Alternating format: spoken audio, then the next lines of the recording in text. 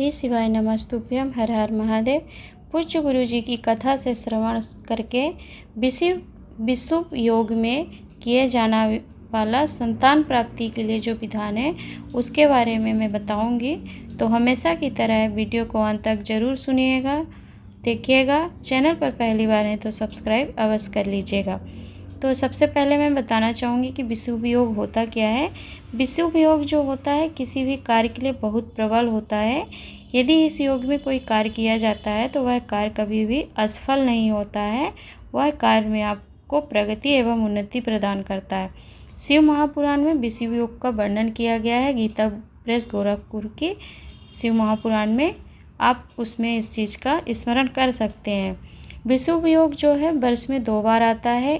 पहला पड़ता है अंग्रेजी कैलेंडर के अनुसार 21 मार्च को एवं दूसरा 22 सितंबर को, और हिंदी कैलेंडर के अनुसार चैत्र शुक्ल पक्ष की 9वीं तिथि को पहला विशुभ योग पड़ता है और दूसरा विशुभ योग जो है अश्विन शुक्ल पक्ष की 9वीं तिथि को आता दोनों शुक्ल पक्ष में ही है और 9वीं तिथि को, परंतु मास का इसमें अंतर है। तो चलते हैं हम अपने विधान की ओर, जो कि संतान प्राप्ति के लिए है। संतान प्राप्ति के लिए विशुभ योग में आप 2 तरह से इस विधान को कर सकते हैं। पहला इस तरीके से आप करेंगे कि मान लीजिए किसी नारी को, आपके घर में स्त्री हैं जिन्हें 20 साल हो गए हैं और उनको संतान नहीं है, तो इस विशुभ योग में अपने घर पर एक ब्राह्मण और ब्राह्मणी को जोड़े से बुला करके पीपल के पत्ते की आप पत्तल बनाइए। पीपल के पत्ते ले आइए और उसकी पत्तल बना करके फिर किसी खीर का भोग बना लीजिए। खीर का भोग बना करके ब्राह्मण ब्राह्मणी को इसी पत्ते पर, पीपल के पत्ते की जो पत्तल बनाई है उसी पत्तल पर आपको खीर का भोग लगाना है, उनको प्रसाद रूप में देना है। और फिर उनकी थोड़ी सी जूठी खीर को उस नारी को या उस स्त्री को खिला दीजिए जिसे संतान नहीं है। इसी विशुभ योग में जिस दिन भी पड़ेगा, 21 मार्च को या 22 सितंबर को आप इस विधान को कर लें। विशुभ योग पर ही इस जूठी खीर को ब्राह्मण ब्राह्मणी की उस नारी एवं स्त्री को खिला दें जिसे संतान नहीं है, और श्री कुंदकेश्वर महादेव इसका स्मरण करके खिलाएं तो नारी का गर्भ अवश्य ठहरता है। पूज्य गुरु जी की कथा से श्रवण करके बता रही हूँ।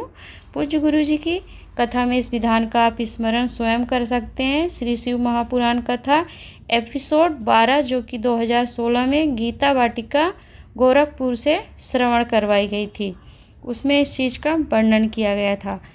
अब इसी विधान को आप दूसरे तरीके से भी कर सकते हैं कि विशुभ योग में ही आपको करना है। शास्त्र वर्णन करता है विशुभ योग का ही संतान प्राप्ति के लिए जो विधान है। विशुभ योग पर बेलपत्री के वृक्ष के नीचे आपको जाना है और शिवलिंग का वहाँ पे पूजन करना है। छोटा सा शिवलिंग बना लीजिए, निर्माण कर लीजिए और उसका पूजन करके उसी वृक्ष के नीचे किसी भी ब्राह्मण ब्राह्मणी और उनके बच्चे को साथ में बैठा करके पहले भगवान का पूजन कर लीजिए, फिर उन्हें खीर बना करके भोग लगा दीजिए और ब्राह्मण ब्राह्मणी को उनके संतान के साथ खीर को खिला दीजिए।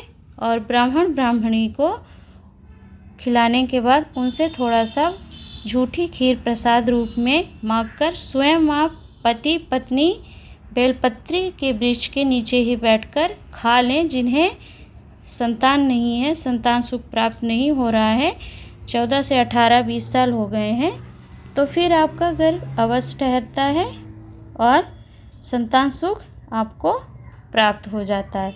तो पूज्य गुरु जी की इस कथा से बेलपत्री के नीचे संतान प्राप्ति के लिए विशुभ योग में किए जाने विधान का स्मरण आप श्री शिव महापुराण कथा 9 से 15 मार्च 2022 देपालपुर इंदौर मध्य प्रदेश से श्रवण करवाई गई थी, उसमें आप इस चीज़ का स्मरण स्वयं भी कर सकते हैं। श्री शिवाय नमस्तुभ्यम। हर हर महादेव।